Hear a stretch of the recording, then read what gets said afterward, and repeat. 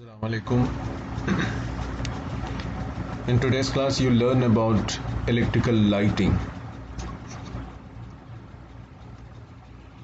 First of all, let us understand what exactly electrical light means. Electrical light is a device which produces light which is visible to naked eye due to the flow of electric current in the device. This is also termed as artificial lighting, to mean it is different from the natural lighting. This is used in buildings and exterior light for say like different nighttime activities, and the device which produces this light is termed as lamp. There are different types of light bulbs, just like incandescent light bulb, and the accessory onto which it is fit is termed as light fixture. That is to say, the socket on which the light fits to make it more adorable or decorative. So this electric bulb or light may be having different fittings like screw thread or metal pins or metal cap or bayonet cap and so forth. These light that you have learnt about is of mainly three categories. Of course, variety of them do exist, but for simplicity we presume as three types. The first one is incandescent lamp. In this lamp there is a filament. When heated it produces light. The second category is gas discharge lamp. So gas is the base by which the current makes illumination as light. And the third category is the most used one, LED lamps, which works on the use of semiconductor which flows electrons in the band gap, thereby producing illumination. This is incandescent light, which has been used for a long time. Here you see the outer surface is a bulb which is made up of glass, because of which this is also called as a bulb. There is a gas inside, and here you see there is a filament made up of tungsten, and these are the wires, and this is lead wires, the plus and minus, and here you have another inside dumet wire to interconnect that, and there is an exhaust tube, and this is termed as stem, and there is also one fuse, and finally this is the cap. So these are the different parts of incandescent light you may have seen in your homes. Second category, the main category, is gas discharge lamp. As you can see in these pictures, the different kinds of gas discharge lamps. So the working principle here is that when current is fed into this device, an electric discharge is caused in ionized gas like plasma, which is inside, and thereby that produces light. Depending upon the gas and the process, different colors of light is produced.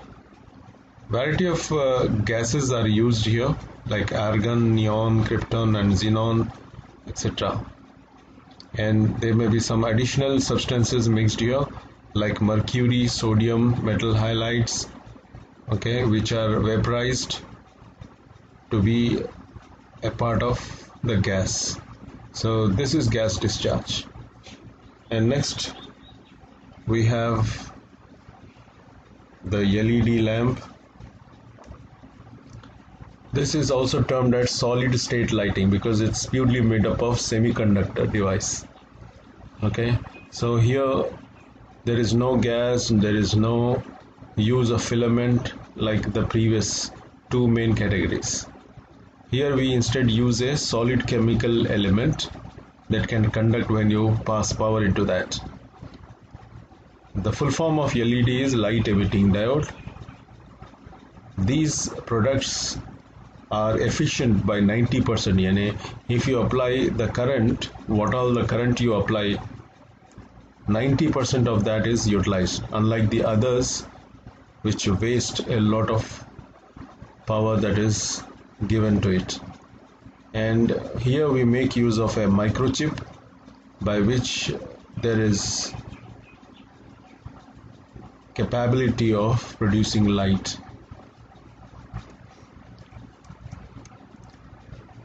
In order to find how much power is needed for the light to be illuminated, here we make use of energy called photon. Light energy is also called photon, and this is governed by an equation called Planck's equation.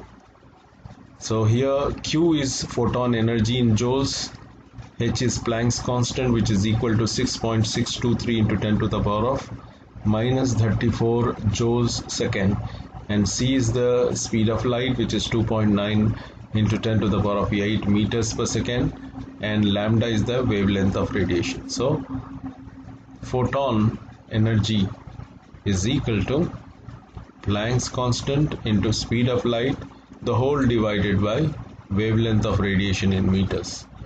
Thus we can find out how much is the energy estimated for the illumination.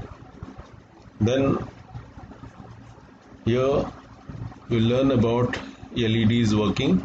See the different parts of this. This is a LED wherein you have a chip and there is a silicon submount, and for heat dissipation we make use of thermal heat sink, and there are different bond wires, interconnectivity, and there are cathode LEDs that is connected to the external world, and this is the total package. And this also makes use of the lens outside so that the light is properly illuminated outside.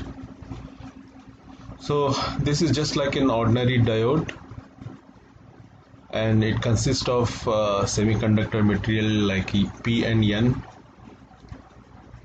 and a junction to that, and here there are atoms in N material giving out extra electrons, and also atoms are there in p-type materials which have electron holes. So by making use of them, light is given out when voltage is fed to that.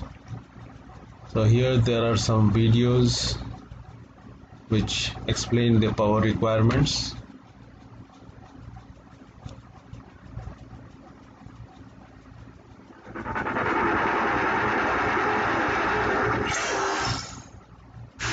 Hi guys, my name is Volker again here from Source Electronics, and today I would like to show you guys how to find the power consumption from your LED strips and how to know how many LED strips you can safely use your power supply.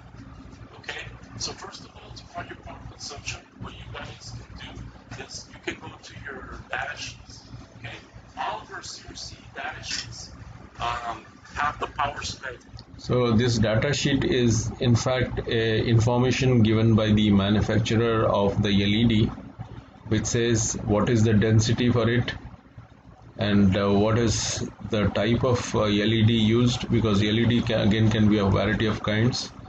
So here we use 550 SMD, and what is the temperature and storage temperature, and what is the working voltage, power consumption. Here you see the power consumption is 3.52 watts, okay, per feet, okay, or 11.54 watts per meter, and 57.72 watts per 5 meters of reel. So you have this power consumption, and based on that you can check it using your devices. It's available. And if you're using Cersei custom lamp, or if you're using another company's LED strip data sheet that does not provide it, you can always find it using a very simple test by measuring the amps. Okay. Let me show you a little test setup that I have here. This is based on the principle power is product of voltage and current. That is, if you find voltage and current for the device and multiply this 2, you get a power. So this you can check with the what power is shown on the specification sheet of the manufacturer.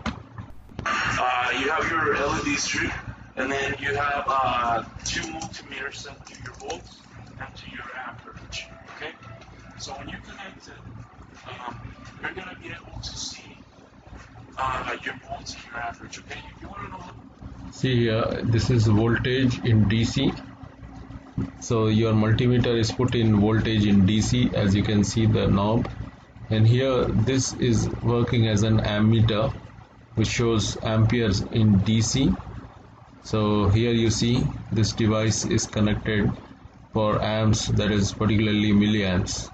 So here you have voltage, here you have current. So this is 11.85 volts, what you call as DC voltage, and current is almost 4 amperes. So if you multiply both of them, you get a power for the concerned LED.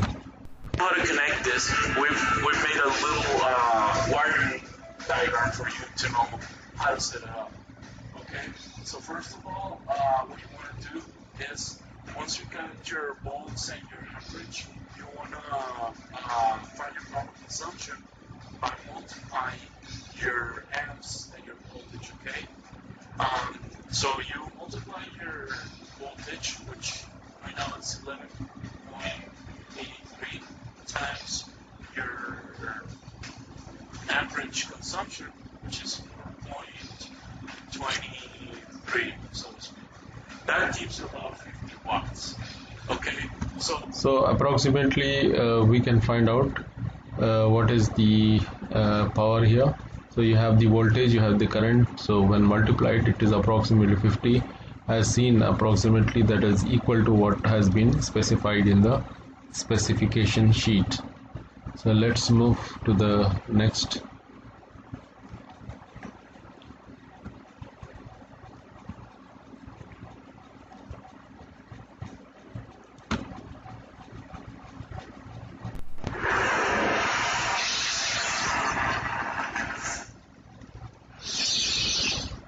Welcome to JTV. Today I will be working with multimeter to show you what volts, amps, watts, and ohms are.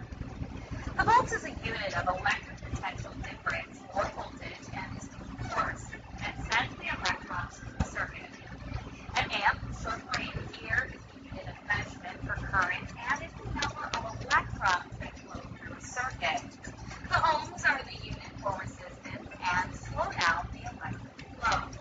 To sum it up, volt is the force, amp is the amount, and ohm is the slow down electric flow. The 3 of these units are linked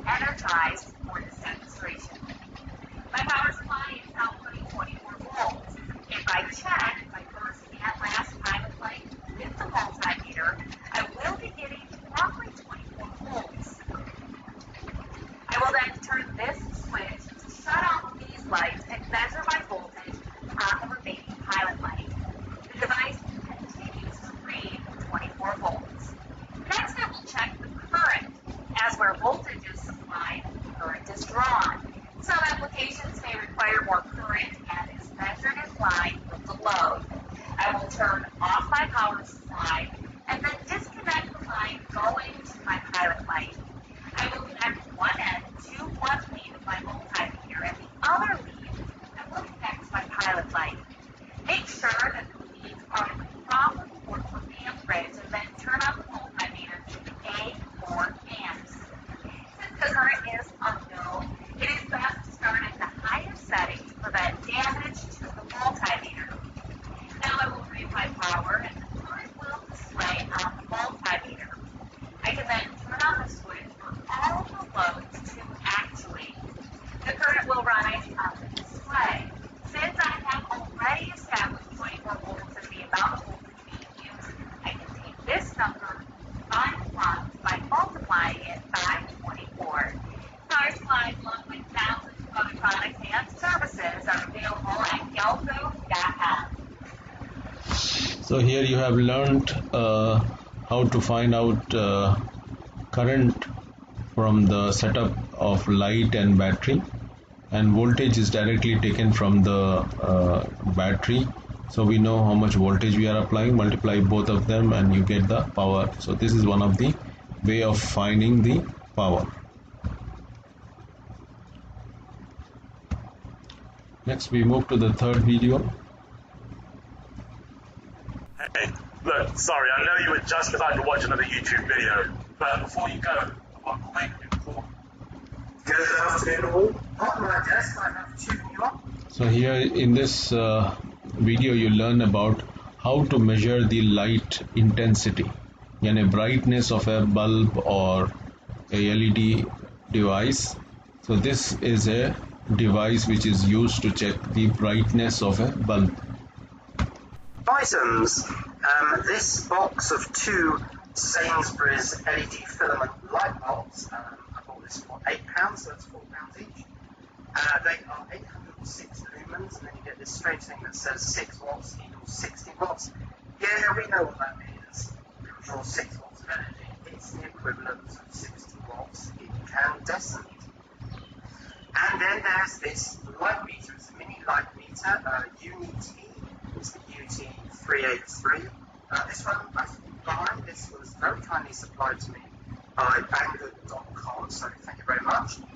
Details about this item will be in the description below.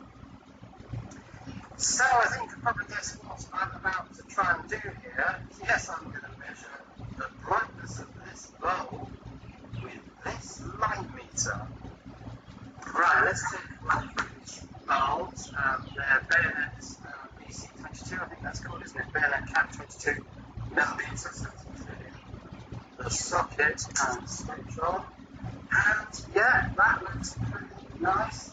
It's an LED filament light bulb. Right, now let's take this UNIT light meter. I fitted batteries to it already. Not my favourite configuration. 3 AAAs. Right, press and hold to switch this thing on. And what are we getting? Well, this thing measures in lux. So this is the way how you can measure the light intensity, and the unit used is a lux mini light meter which measures the light intensity in lux. Next we move to the last video.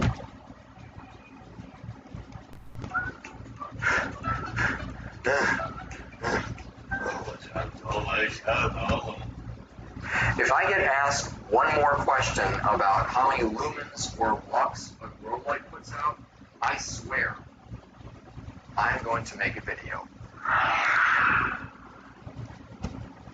And the reason is because the quantum bar-meter actually tests the entire visible spectrum from UV to infrared. Not in the UV and the infrared parts of the spectrum, but the cutoff, because it was cutting off, I think, part of the red part of the spectrum, so you weren't getting the entire measurement. Measuring the total amount of light, not just the intensity of a particular spot in that beam of light, say if it was like a flashlight or if it was, near a light bulb or anything like that. It's just the total here. The difference, though, is that a lux meter is not testing the entire visible spectrum. So that means if you're testing a pink-purple light, blurple light, or even a white light, it's only measuring in this part of the spectrum that the human eye is most sensitive to, which is mainly in the green part. So all of your grows all the time, and all you had was a lux meter.